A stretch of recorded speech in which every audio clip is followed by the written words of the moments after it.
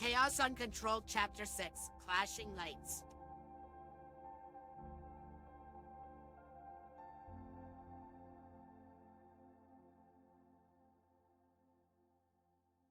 Chris watched as Sonic spin dashed at the other Knuckles. Other Knuckles caught him. He caught the spin dash, and he did it one-handed without even flinching. On the hand Knuckles was using to hold Sonic in place had a red aura around it. He stood like that for a moment before charging up electricity in his free hand and slamming Sonic into the ground. A red shockwave ran across the earth and knocked Chris off balance. The brightness of the light forced Chris to shield his eyes, and when he could see again, Sonic was sitting dazed in a Sonic-sized crater, and Knuckles was standing over him and glaring. Sonic met eyes with the fake Knuckles. The guy's eyes had gone red and were glowing, but that was the least of his worries. He caught and stopped the spin dash? Sure, the real Knuckles had caught it before, but he hadn't been able to hold it and was pushed back. The spin dash had been made unstoppable before. Sonic had cut through solid metal with it before, and most Eggman robots would only take one or two attacks to take down. But this fake Knuckles just shrugged it off. He had to be a being powered by Chaos Emeralds or something. But with how realistic he was, Sonic couldn't see any obvious weak points. Sonic turned and ran to prepare another spin dash. In the blur that was his vision, he could see the bright red light grow stronger. This time, fake Knuckles didn't stop his spin dash, but instead deflected it away. Cease your attack, Hedgehog. You cannot beat me. That's what you think. Sonic started to run in a circle around the fake to kick up dust and debris. Hopefully that would limit his vision and give Sonic more of an advantage. Fake Knuckles' blow made him easy to spot in the dust cloud and gave him enough time to dodge another incoming punch. When Sonic got another circle in Fake Knuckles threw a second punch. This one came far closer and Sonic could feel the electricity graze past his face. He was too close. He had to make the circle bigger, otherwise he'd risk getting hit again. The bigger circle meant that the fake Knuckles was no longer directly in the dust cloud, but instead in the center of a whirlwind. The robotic echidna's eyes were searching the dust for Sonic's location, and he shifted into a defensive stance. His whole body was tracking with red energy. I have seen this strategy before. Do not attempt to strike me. I am ready for it. I doubt it. I'm the fastest thing there is. You're not ready for my speed. Sonic's technique became to run in, land a small hit or two, then run out. He managed to do this a few times before fake Knuckles grabbed him by the arm and tossed him to the ground. You are my brother's counterpart. I am plenty ready for your speed. Was he talking about Sonic's own robotic counterpart? Well, the most recent one, he should say. He sure did have a lot of robot duplicates. Eggman had put a lot of work into making him seem real, but if his job was to be an imposter, what was with the strange differences, namely the voice and speech patterns?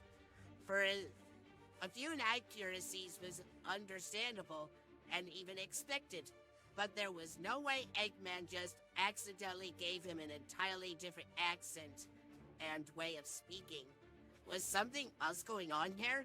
Sonic heard the buzz of electricity from the echidna, who stood still in front of him, like he was expecting Sonic to say something. It didn't matter. He was dangerous.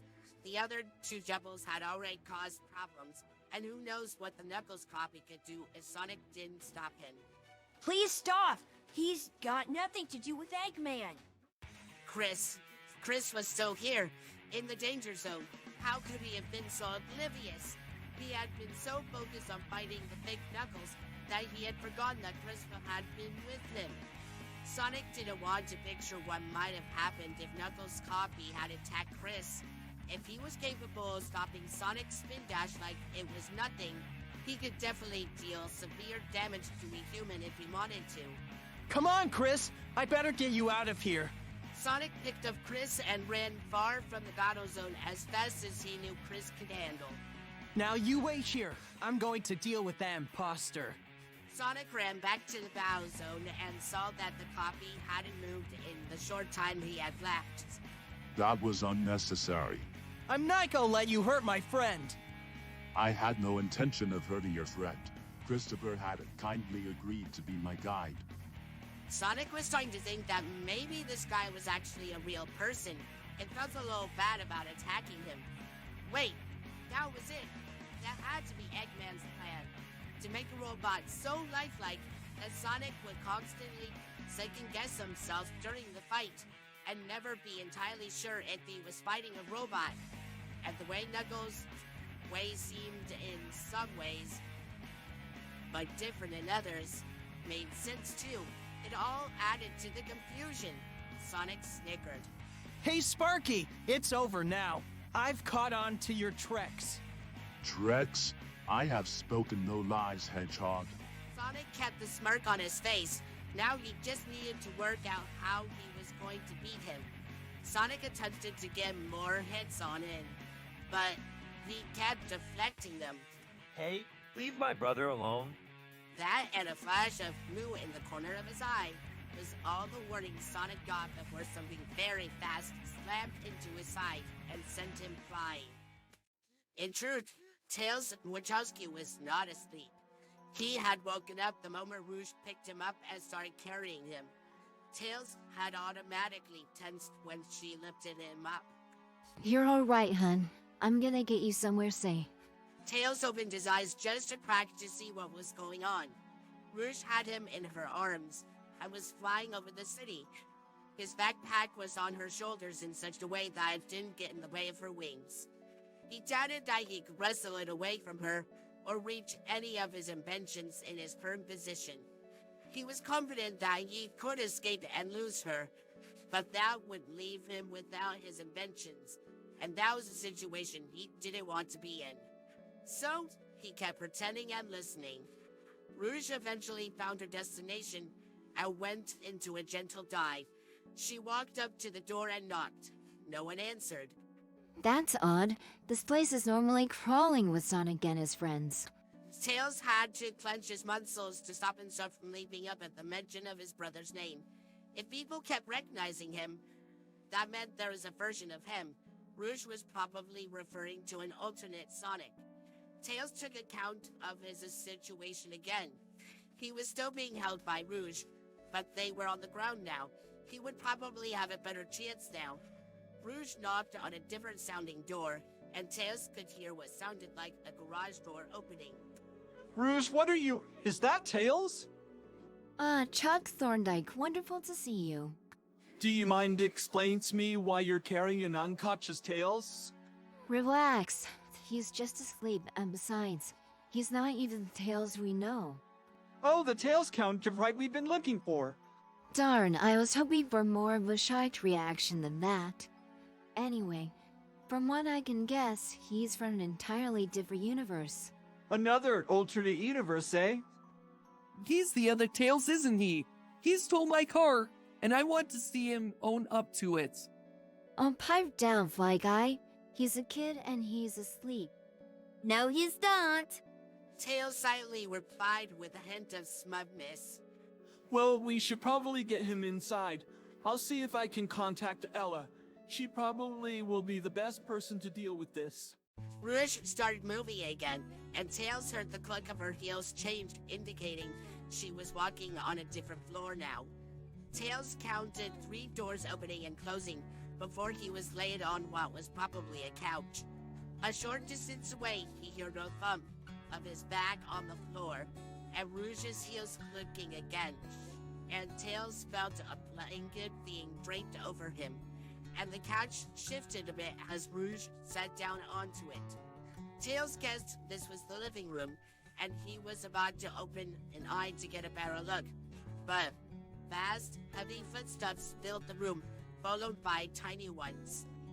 Oh my, He really does look just like Tails. Miss Ella, is he okay? I'm sure he's okay, Cream. He just needs to rest. That meant at least Ella, Rouge, and Cream were in the room. And maybe Chuck and Sam were there too. 5 people with unknown abilities and his back with all his inventions out of reach. This was a bad situation. Tails chose to bide his time a little longer. People kept on moving around the room and sometimes left it. Tails was confident in saying that it was just Rouge and Cream in the room right now. He could hear Ella scolding Sam and Chuck in the other room. He was about to try for a mad dash to his back when he heard the door open and Ella enter. Tails was getting bored of all this waiting. He hadn't heard them say anything useful for a while, and he was coming to the conclusion that they were genuine about their intent to help him. Tails heard Cream exclaim in shock. Apparently she was looking through his bag. Wherever it was, Ella had confiscated it. Tails opened his eye to try and see what it was, and met eyes with the young girl. Ella, look, he's awake. Tails looked around the room.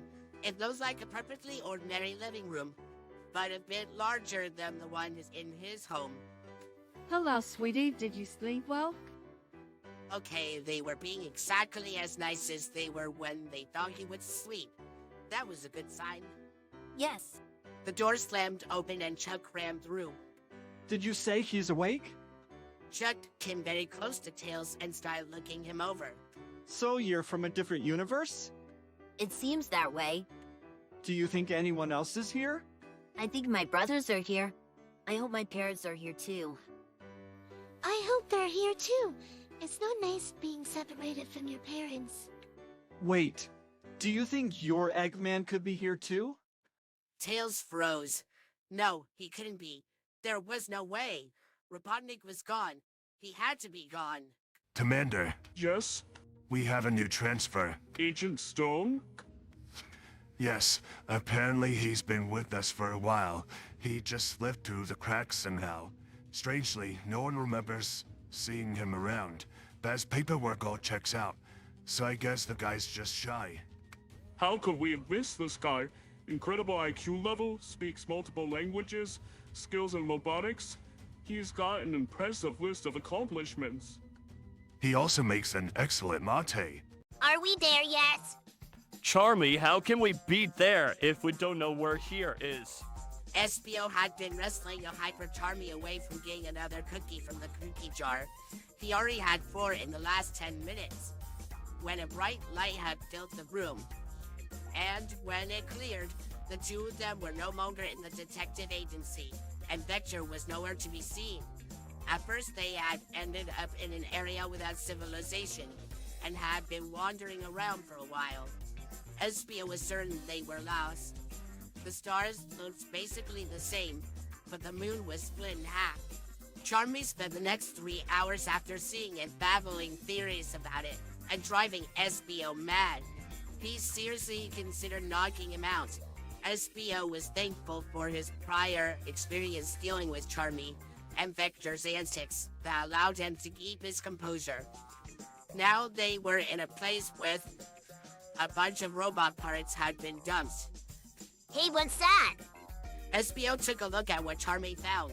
Is that an Eggman, Lobo? The metal was pretty mangled, but if he squinted, he could see it. I think so. He must have a base near here. Espio signaled Charmy to be quiet, and he turned invisible. He snuck closer to a somewhat suspicious-looking wall. He could see grooves in the wall that suggested it could open. Espio felt around for a way of opening it, and had his back turned to Charmy. Hey, what do you think you're doing here? Espio turned and saw Charmy and Bokum getting in each other's faces. What are you doing here? That's none of your business. This is an Eggman base, isn't it? Bokum jumped and yelled when Espio turned himself visible. Ugh! Why do you always have to do that? Don't you know it's weird to think of people like that? Where's Eggman? He's not here. Then where is he? I don't know. He's on a special mission. Bokum was avoiding all their questions. Espiel looked up and met eyes with Shami. Looks like it was time for an interrogation. Amy rubbed her arm in pain. The other Sonic had pulled her off her feet so suddenly that she was worried he had dislocated her arm at first. Amy yelled at him to stop, and when he did, he had been extremely apologetic. Apparently, he would do this all the time with his brothers, and they were fine. Other Sonic had been insistent he go help his brother, so he had gone ahead and let Amy catch up later. After a lot of apologizing, of course. Wait, you've got it all wrong.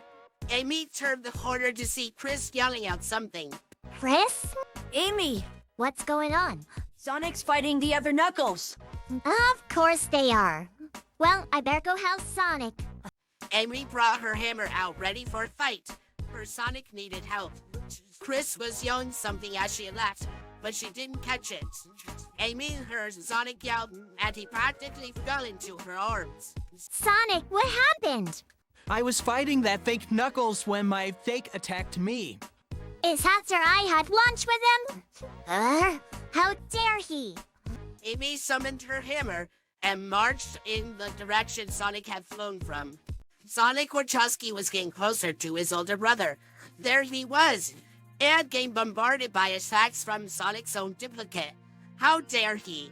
Sonic set his power charge up, and he dashed forwards. Hey, leave my brother alone. Sonic dashed into his other self and sent him flying. He was immediately scooped into a crushing hug from Knuckles, whose face had brightened at the sight of him. Sonic, are you hurt? Knuckles was looking over Sonic with a careful eye. I'm fine. Have you seen Tails? No, but I've met his counterparts. Darn, I hope he's okay. Our brother is clever and resourceful. He will not be helpless. Sonic heard a running noise, and his own counterpart appeared in front of him. Oh, that's me. Jens, take a look at the real thing. Wait, real thing? Your counterpart seems to believe we are machines. Huh? Why would he think that? I have been unable to convince him otherwise. Sonic looked between himself and his counterpart. Why would he think that they were robots? Hey, other me, why do you think we're robots? I've already cracked your plan. You can't trick me. Other Sonic charged forwards and forced him and Knuckles to dodge. You. Sonic turned and found himself face to face with a very angry Amy. You have lunch with me and then you go and attack my Sonic? Amy attempted to swing her hammer at him, but Knuckles got in the way and grabbed it. Do not attack my brother. Amy's face was overtaken by shock, and she tried and failed to pull the hammer away from his grip. Hang on, Amy! The other him came charging back around and bashed into Knuckles, slightly staggering him and taking his attention away from Amy.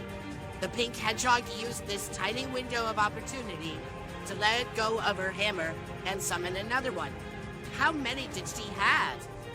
Sonic stopped following this train of thought when he saw his counterpart zipping around and landing a lot of small kicks on Knuckles. His older brother was looking more and more annoyed, but remained in a defensive stance.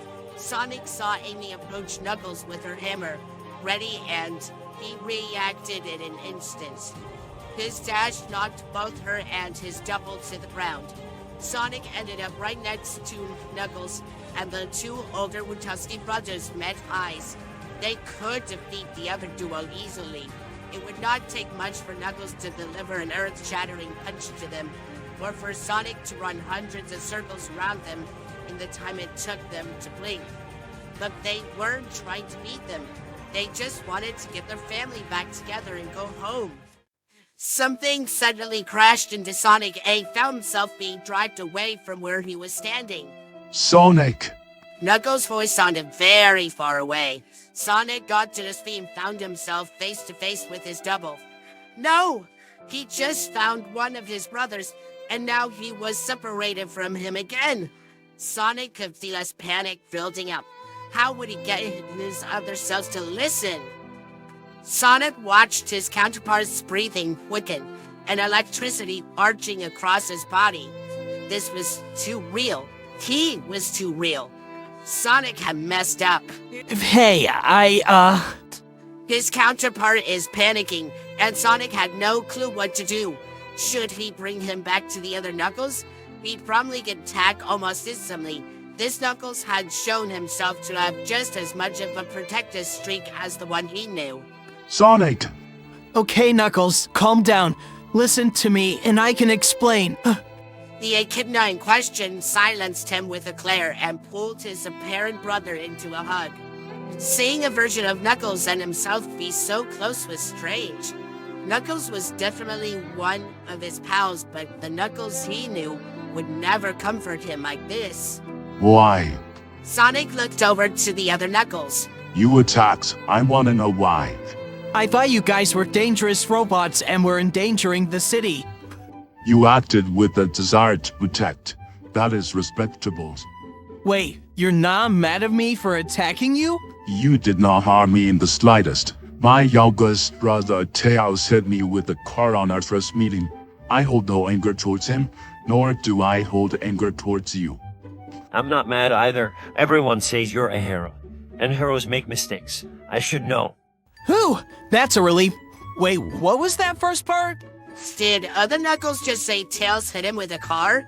And just moved on like it was a completely normal thing? Sonic had to meet this other Tails. He had stolen the fastest car on Earth and had hit Knuckles with a car at their very first meeting. What part? The part where you said Tails had Knuckles with a car. Oh, right? That was because Knuckles was... Wait, no. If I say that, you will get the wrong impression. I'll need to tell you the context for that. And to give you context for that, you will need a history lesson. Sonic watched his counterpart ramble and gesture with his hands. How could it possibly be necessary to need a history lesson to have context for Tails hitting Knuckles with a car? You do not need the context. Tails hit me with car to prevent me from... No, not yet. He needs to know the motivations first. Motivation? This is not that complex. Tails hit me with a car because I... Sonic watched the back and forth argument about whether or not he needed context for Tails hitting Knuckles with a car. It was such a petty argument. What was going on? Listen to me, brother. That story is long and complex. We do not need it to explain our first meeting. Yes, we do. Its story gives the whole reason we all met up. We do not need to go that far back. But we do. We need to keep going back for the context, all the way back to when... He paused and doubles over in laughter. Sonic? Nuts, think about this. Tails hit you with a car because the Master Emerald was forged. You are not making any sense. Think about the order of events and why things happen. You are not entirely wrong. I will not call you correct. Other Sonic looked very happy to have Knuckles somewhat agree with him. What was going on in their world? They naturally generate some kind of electricity. They considered themselves brothers. And somehow the creation of the Master Emerald had some kind of butterfly effect, leading to Tails hitting Knuckles with a car. This was turning out to be one of Sonic's most bizarre days.